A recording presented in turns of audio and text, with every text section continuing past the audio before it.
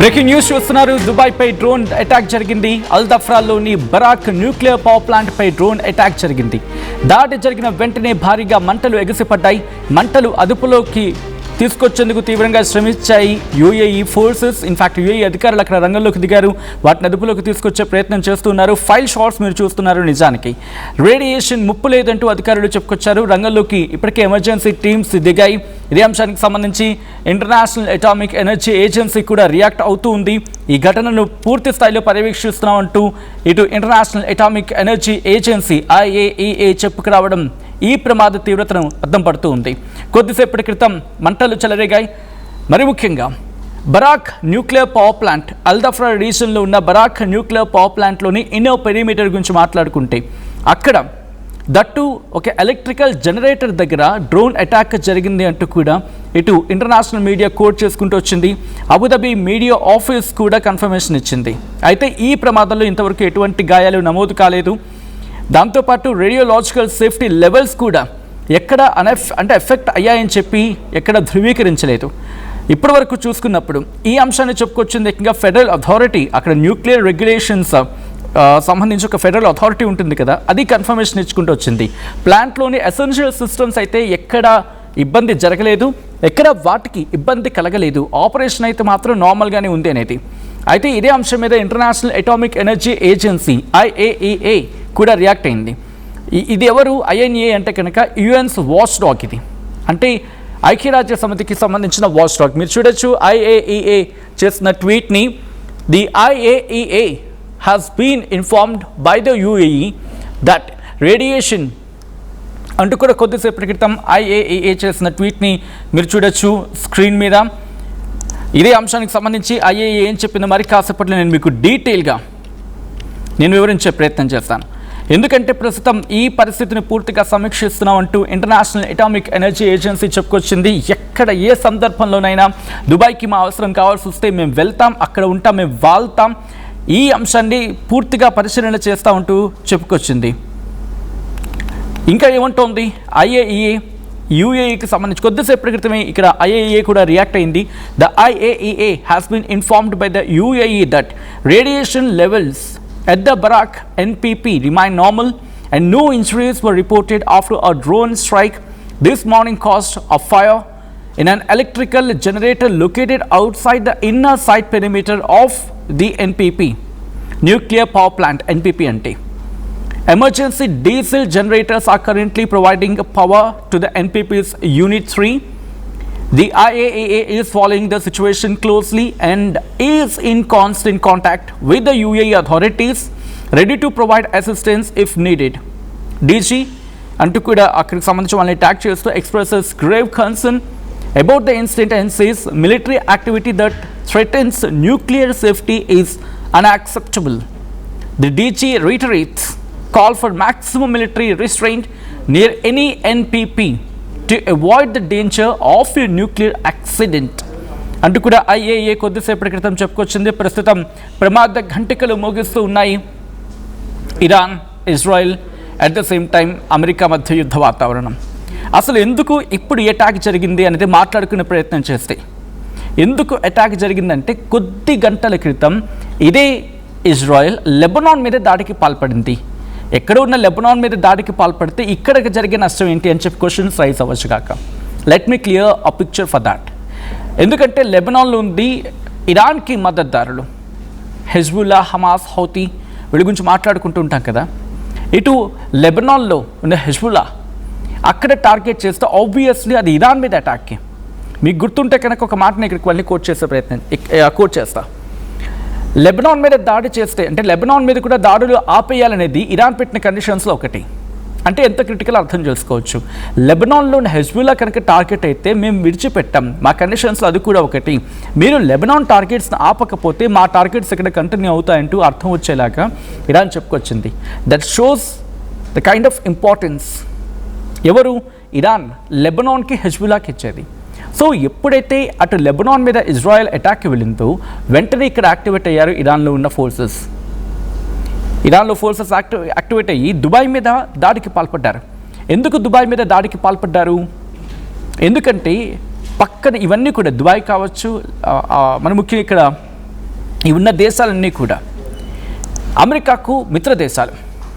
ఎంత స్థాయిలో మిత్ర దేశాలంటే ఏకంగా జిగిరి దోస్తుల కింద మారిపోయారు. ఒకప్పుడు వీళ్ళంతా మళ్ళీ ఒకప్పుడు స్నేహితులే, కానీ తర్వాత పరిస్థితుల రీత్యా కావచ్చు, జరిగిన పరిణామాల కారణం కావచ్చు, విడిపోయారు వీళ్ళంతా కూడా.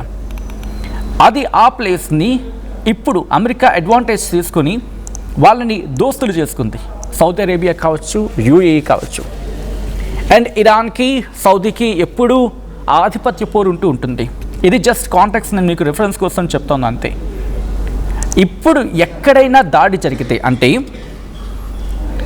అమెరికా కావచ్చు, ఇజ్రాయెల్ కావచ్చు, లెబనాన్ మీద దాడి చేస్తున్నా, ఎస్పెషల్లీ లెబనాన్ మీద దాడి చేస్తే మాత్రం ఇరాన్ ఒప్పుకోదు. వాట్ ఇట్ సేస్, మీరు కనుక లెబనాన్ మీద దాడి చేస్తే మా మీద దాడి చేసినట్టే, కాబట్టి మేము వెంటనే ఇక్కడ మేము స్ట్రైక్స్ చేస్తాం. ఆ పరిణామాలని ఒక్కసారి ఆ డాట్స్ని కనెక్ట్ చేసుకుంటే it will shows where it will lead అనేది. అయితే ఈ మాటలకు బలం చేకూర్చేలాగా అమెరికా అధ్యక్షుడు ట్రంప్ కొద్ది రోజుల క్రితం ఒక మాట అన్నాడు. ఆయన వార్నింగ్ ఇచ్చాడు. Iran it will have a very bad time if piece deal is not agreed on soon. ఇది ట్రంప్ అన్న మాట, నిన్న మాట కాదు. ఇంకొక మాట కూడా అన్నాడు. They have an interest in reach an agreement. వాళ్ళు ఇంట్రెస్టెడ్గా ఉన్నారు, ఇరాన్ ఇంట్రెస్ట్గా ఉంది అగ్రిమెంట్ పూర్తి చేసుకోవడానికి. ఒకవేళ త్వరగా పూర్తి చేసుకోకపోతే అ వెరీ బ్యాడ్ టైం, అంటే పూర్తిగా బ్యాడ్ టైం, వాళ్ళు నష్టపోయే రోజులు, వాళ్ళు దిగులు పెట్టుకునే రోజులు, వాళ్ళు పూర్తిగా నాశనం అయిపోయే రోజులు, వాళ్ళకు ఒక చెడు కాలం ఉంది అంటూ ట్రంప్ చేసిన ఆ స్టేట్మెంట్స్ మర్చిపోకముందే ఇజ్రాయెల్ లెబనాన్ మీద అటాక్ చేయడం, ఇజ్రాయెల్ లెబనాన్ అటాక్ జరిగిన తర్వాత కదా ఈ డెవలప్మెంట్ చోటు చేసుకుంది. And UAE can't blame Iran's alone. ఎందుకని? యూఏఈలో అమెరికా బేసెస్ స్టిల్ ఇంకా ఉన్నాయి. అండ్ వాళ్ళు దాన్ని ఎక్కడ ఖండించట్లేదు. స్టిల్ మేము అమెరికాకు సపోర్ట్ చేస్తామని అర్థం వచ్చేలాగే మాట్లాడుకొస్తున్న సందర్భం అని ఇరాన్ కోట్ చేస్తూ ఉంది. సో ఈ సిచ్యువేషన్స్ కంట్రోల్ అవ్వాలంటే కనుక పీస్ డీల్లో అమెరికా ఒక మెట్టైనా దిగాలి, లేకపోతే ఇరాన్ అయినా మెట్టు దిగాలి. వీళ్ళిద్దరూ మెట్టు దిగడం కాదు కదా, బెట్టు విట్టం లేదు. సో దట్ ఇప్పుడు అమెరికా మిత్ర దేశాలకు చెప్పుకుంటున్న దుబాయ్ ఏకంగా న్యూక్లియర్ పవర్ ప్లాంట్ మీద attack. Look into this, ఒక depth of the situation, gravity కనుక మీరు అబ్జర్వ్ చేస్తే అది ఎంత గ్రాస్ రూట్స్కి వెళ్ళిపోతుందో. ఒక nuclear power plant of course అక్కడ మిస్ అయ్యి ఉండొచ్చు కాక వాళ్ళ క్యాలిక్యులేషన్లో. ఎందుకు నేను మిస్ అయ్యి ఉండొచ్చు అని చెప్తూ ఉన్నా, ద ప్రిసిషన్ లెవెల్స్. ప్రిసిషన్ అంటే ఫర్ సపోజ్ ఒక రేడియస్లో, లేకపోతే మన ఇంటి కిచెన్నే టార్గెట్ చేయాలనుకుంటున్నారు అనుకుందాం. మన ఇంటి కిచెన్లో గ్యాస్ స్టవ్కి ఉన్న ఆ బర్నర్ ఉంటుంది కదా, ఆ బర్నర్ మీద కరెక్ట్గా బాంబు వేయాలి. అంటే ఎట్లా? అంత ప్రిసిషన్, అంటే అంత కరెక్ట్గా సూట్గా అక్కడే టార్గెట్ చేయడం. ఎలా చేయగలుగుతున్నారు? ఇక్కడ వార్నింగ్ ఒకటి. ఎలా టార్గెట్ చేయగలుగుతున్నారంటే that is what the precision strike, that kind of missiles, drones వాళ్ళ దగ్గర ఉన్నాయి. ఆ స్థాయిలో ఉన్న మిసైల్స్ ఉన్నాయి, ఆ స్థాయిలో ఉన్న డ్రోన్స్ ఉన్నాయి. వీటిని అక్కడ ఉపయోగించడం జరుగుతూ ఉంది. అండ్ ఇప్పుడున్న సిచ్యువేషన్ చూసుకుంటే కనుక ఆ ప్రిసిషన్ స్ట్రైక్స్ ఎలా చేస్తూ ఉన్నారు, ఎందుకు జనరేటర్నే టార్గెట్ చేశారు? ఒకవేళ టార్గెట్ చేయాలి అనుకుంటే కనుక వెంటనే మొత్తం న్యూక్లియర్ పవర్ ప్లాంట్ని టార్గెట్ చేస్తూ ఉండేది కదా.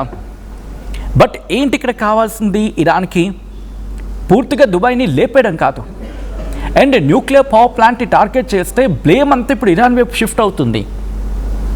సో వాట్ ఇరాన్ నీడ్స్ అంటే ఇప్పుడు వాళ్ళని థ్రెటన్ చేయడం, దుబాయ్ని థ్రెటన్ చేయాలి, భయపెట్టాలి, వాళ్ళకు వెండిలో ఉణుకు పుట్టించాలి. సౌదీ అరేబియాకి కూడా అంతే. సో దట్ వీళ్ళిద్దరూ భయపడితే ఆ రిలేషన్స్ డ్యామేజ్ అవుతాయి అమెరికాతో, లేకపోతే అమెరికా మీద ప్రెషర్స్ తీసుకొస్తారు. ఏది జరిగినా వీళ్ళకి కలిసి వచ్చేది. ఏం లేదు కాదు కూడదు అనుకుంటే కనుక అమెరికాతో ఇంకో దోస్తానా చేస్తే మేమే దాడులు చేస్తాం. అండ్ ఇక్కడ ఎందుకు సౌదీ అరేబియా కానీ దుబాయ్ కానీ దీని అంటూ ఉంటారు కదా, ప్రతి దాడులు అంటారు కదా అనే పదం ఉంటుంది కదా మన దగ్గర. ఎప్పుడైనా ఒకరు దాడి చేస్తే, ఫర్ సపోజ్ మనల్ని ఎవరైనా లాగిపెట్టి ఒకటి కొట్టారనుకుందాం, ఊరుకుంటామా? ఏం చేస్తాం? తప్పని ఇంకోటి ఇచ్చేస్తాం. ఒకవేళ అటువంటి సిచ్యువేషన్స్ ఉంటాయి. అండ్ సిచ్యువేషన్ బట్టి మనం ఆగుతాం. ఎప్పుడు ఆగుతాం?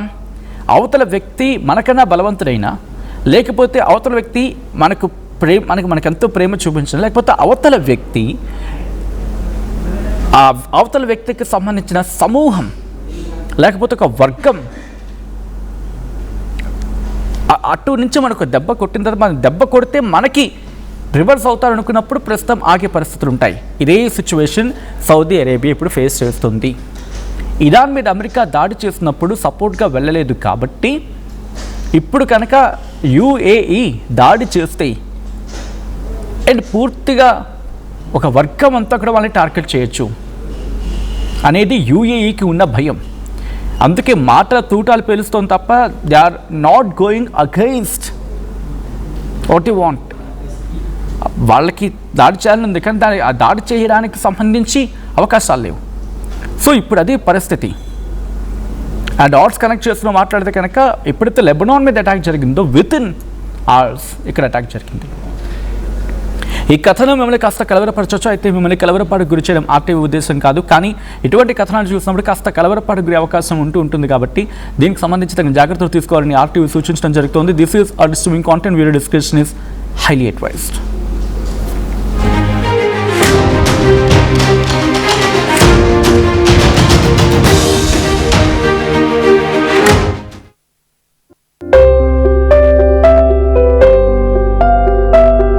చిన్న చిన్న ఆనందాలు 35 ఏళ్లుగా నా జీవితంలో లేవు. 35 ఏళ్లుగా నేను డైపర్లలో బ్రతికాను. 6 సెంటీమీటర్ల ఫిస్టులా నా మూత్రాశయంలో లీకు కారణమైంది. ఎవరూ నాకు సహాయం చేయలేకపోయారు. ఏఐఎన్యూలో వైద్యులను కలిసే వరకు. అక్కడ వారు రోబోటిక్ శస్త్రచికిత్సతో నాకు పరిష్కారం ఇచ్చారు.